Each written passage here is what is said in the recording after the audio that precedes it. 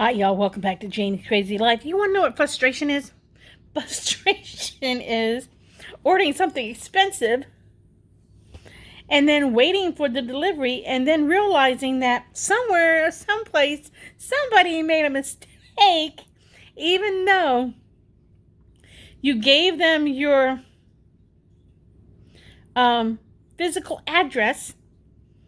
Okay? You gave them your physical address to deliver your package, but somehow they send it to, according to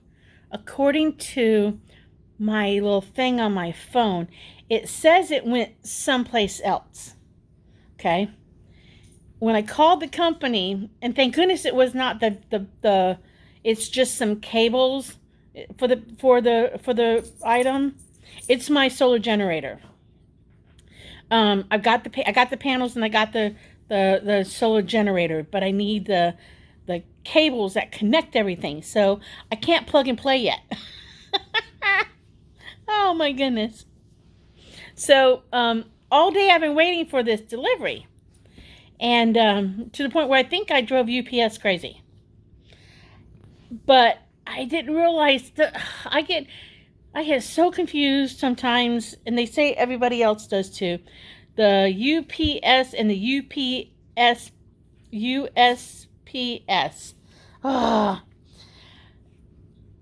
It was delivered to my post office according to the company, the package of cables, the wires, but it was sent back a few days ago and delivered back to Idaho today.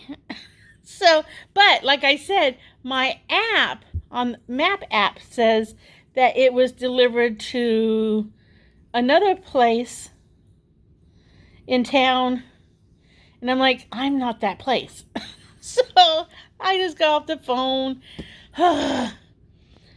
When you want to do something, and things don't do what they're supposed to do, it's frustrating. But that's okay, because I really wanted to start building out the minivan, but I can't build out the minivan until the mechanic looks at the minivan on Wednesday, which I'm having an okay hair day today. It doesn't look like I shaved my head 3 months ago. Okay, I got off subject for a minute. Until the mechanic looks at the van and tells me that it's okay, that I didn't screw up. So, because I want to put a piece of plywood down, I think, to do my build on. And I don't want to go buy plywood or anything until I make sure it is the van that I'm going to use for this, because it would be a waste of money. So, I'm still in a wait. Now, if I'd gone and bought a brand new cargo Nissan VN or NV200, whatever it is now, because I can't remember if it's the VN or NV. I think it's the NV.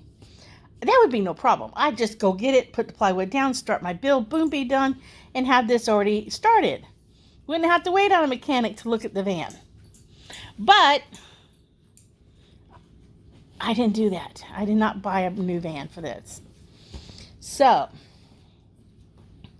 I have to now wait for my cables to come before I can see how the panels are going to fit on top of the van. The solar panels are going to fit on top of the van. And I have to figure out how they're going to get attached up there. I don't know if I have to pay someone to build a rack to attach them to and attach that to the van. I don't know yet. I'll figure that out yet. But as soon as I can get the van looked at and start the floor, then I can build up from there, because I know kind of what I want to do, but I don't know what I want to do yet, totally yet. So it's just a matter of, I'm delayed a little bit here. But it's just frustrating for things to get delivered and to wait for them to get delivered and then find out they were delivered to the wrong place and then they were returned back to the sender. my post office used to, if your name was on something, they'd put it in a box, and if it had your physical address on it, they would write a nasty little note to you on it saying, tell these people about your post office. Well, I did not tell these people about my physical. So how they got my physical address, I do not know. All I can think of is that originally I asked them if they sent it to a P.O. box. And they told me no, so I had because I got one other shipment from them a couple weeks back of something. And I sent it to my husband's office because I was out of town. I wanted to make sure we got it because it is an expensive item. But I was home now, so when I was waiting for the rest of the package to come, I thought it would be safe to send it to home. And I've been sitting on my butt all day working around the house, picking things up, trying to go through things because I still got some stuff I got to go through after Mama's passing that I just been moving rooms around. It's a never-ending battle. But I just didn't know I was going to have to. Well, it's going to rain. I can hear thunder. I'm rambling. I'm just rambling. But I can't kind of wait to start the van build so I can show y'all what I'm going to do. Because I'm still thinking about putting the bed behind the passenger and driver's seat.